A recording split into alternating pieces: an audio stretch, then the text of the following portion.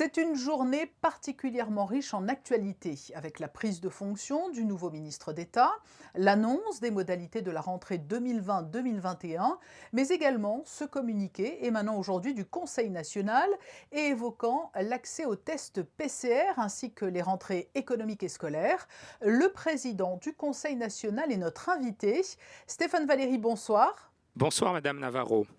Avant d'évoquer le contenu du communiqué publié ce jour, la forme peut-être, ne redoutez-vous pas que l'on vous taxe d'opportunisme ou de vouloir voler la vedette au nouveau ministre d'État qui a prêté serment aujourd'hui ? Vous savez, aujourd'hui, le Conseil national est tout simplement dans son rôle. Donc, la rentrée est là.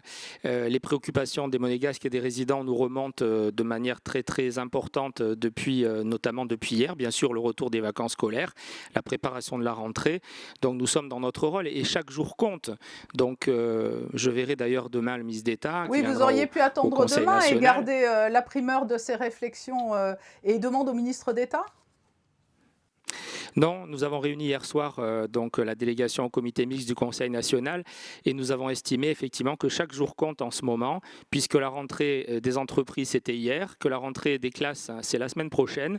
Donc il faut effectivement faire parvenir au gouvernement le plus vite possible les préoccupations, les attentes légitimes des Monégasques et des résidents qui nous remontent. Et vous savez, quand le Conseil national unanime décide de communiquer, c'est qu'il faut le faire et que la situation le justifie pleinement maintenant.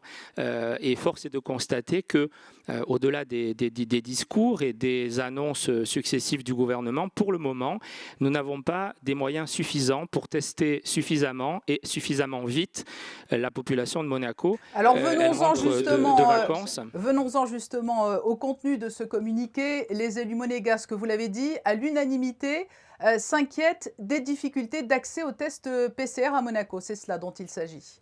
On ne peut pas se satisfaire pour Monaco de voir comme ce matin encore quand je venais au Conseil national une file d'attente interminable et des heures d'attente pour que des résidents de notre pays puissent avoir accès à un test. Vous savez, quand on rentre de vacances et qu'on va reprendre son travail ou qu'on est enseignant et qu'on va reprendre dans quelques jours son travail au sein de l'éducation nationale, on a envie pour soi-même, mais aussi pour la communauté de travail, la communauté éducative, on a envie de savoir si on ne va pas être contagieux.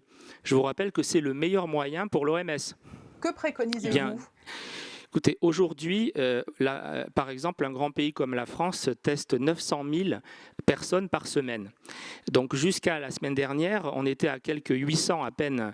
Un léger effort dans le laboratoire privé nous permet aujourd'hui de passer à 1 millier de tests par semaine. Il est clair qu'il faut augmenter rapidement et dans des proportions importantes cette capacité de test. C'est à notre portée. Comparons-nous non pas à des grands pays d'ailleurs qui ont des milliers de villages, et puis un demi-million de kilomètres carrés et 66 millions d'habitants. Comparons-nous à des villes. Nous sommes une ville-État.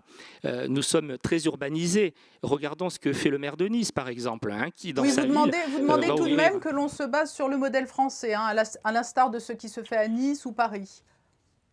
Pas forcément. Il y a des villes en Europe qui font très bien, aussi bien, peut-être mieux même que des villes françaises. Nous avons de l'ambition pour Monaco. Nous avons voté 350 millions d'euros pour aider le gouvernement à faire face à la crise sanitaire, économique et sociale. Nous avons été une force de proposition dès le 19 mars. Beaucoup d'ailleurs de nos mesures, et j'en remercie le prince souverain, ont pu être prises en compte dans la politique du gouvernement grâce à sa décision. Rappelez-vous, c'était le 30 mars dernier de créer donc un comité mixte de suivi où je conduis une délégation du Conseil national. Malheureusement, le gouvernement n'a pas réuni depuis le 28 juillet ce comité mixte. Il est urgent et nous avons écrit ce matin donc, au ministre d'État pour lui demander de réunir de toute urgence ce comité mixte. Je voudrais insister sur un point qui est fondamental pour le Conseil national. Si aujourd'hui nous prenons la parole publiquement dans l'unité des élus des Monégasques, c'est évidemment pour, à notre place, aider le gouvernement à améliorer sa politique donc au profit, au bénéfice de l'ensemble de la population de la Principauté. Nous y sommes parvenus par le passé. Rappelez-vous, grâce à ce comité mixte mis en place par le prince souverain, on est parti de positions très divergentes sur la distribution massive de masques, que le gouvernement ne voyait pas peut-être à l'époque de la même manière que nous. Nous sommes arrivés dans la concertation à une politique exemplaire de distribution à toute la population de masques efficaces et gratuits. Nous devons maintenant, en travaillant de nouveau ensemble dans l'unité des institutions, arriver à faire de Monaco Monaco un pays autonome, un pays ambitieux, un pays exemplaire en matière d'accès aux tests PCR. Alors justement, pour ce qui est de la rentrée scolaire, vous souhaiteriez que l'ensemble des personnels et des élèves puissent faire l'objet d'une grande campagne de tests? C'est évidemment l'idéal. Nous avons des enseignants, des parents d'élèves qui nous contactent. Ce qui est souhaitable, évidemment, serait de tester le plus massivement possible avant la rentrée scolaire pour éviter justement que certains malades asymptomatiques, bien évidemment sans savoir qu'eux-mêmes sont porteurs du virus, peuvent effectivement l'être en reprenant le boulot. Tout à fait. Il y a un autre aspect dans ce communiqué publié aujourd'hui par le Conseil national, c'est l'aspect économique. Vous allez être particulièrement attentif à la situation des acteurs économiques de Monaco dans ce contexte. Oui, lors de la prochaine réunion, dont je sais déjà que le ministre d'État, bien sûr, accepte de l'organiser. Peut-être d'ailleurs va-t-on profiter de la commission plénière d'études la semaine prochaine, c'est mardi prochain, qui est consacrée à l'examen du futur budget, du deuxième budget rectificatif de l'État pour l'année 2020. On va en profiter sans doute tous ensemble avec l'ensemble du gouvernement et des élus pour faire un point sur la situation sanitaire, économique et sociale. Vous savez, on a beaucoup d'ambition pour la principauté. Nous voulons en tous les points que Monaco soit un modèle de pays, et nous en avons les moyens. Il faut aussi que le gouvernement anticipe et que le gouvernement mette en œuvre, avec les moyens économiques, budgétaires qui sont les siens, toutes les mesures nécessaires. On en aura bien besoin avec un automne, on le sait, un hiver très compliqué à gérer pour nos acteurs économiques.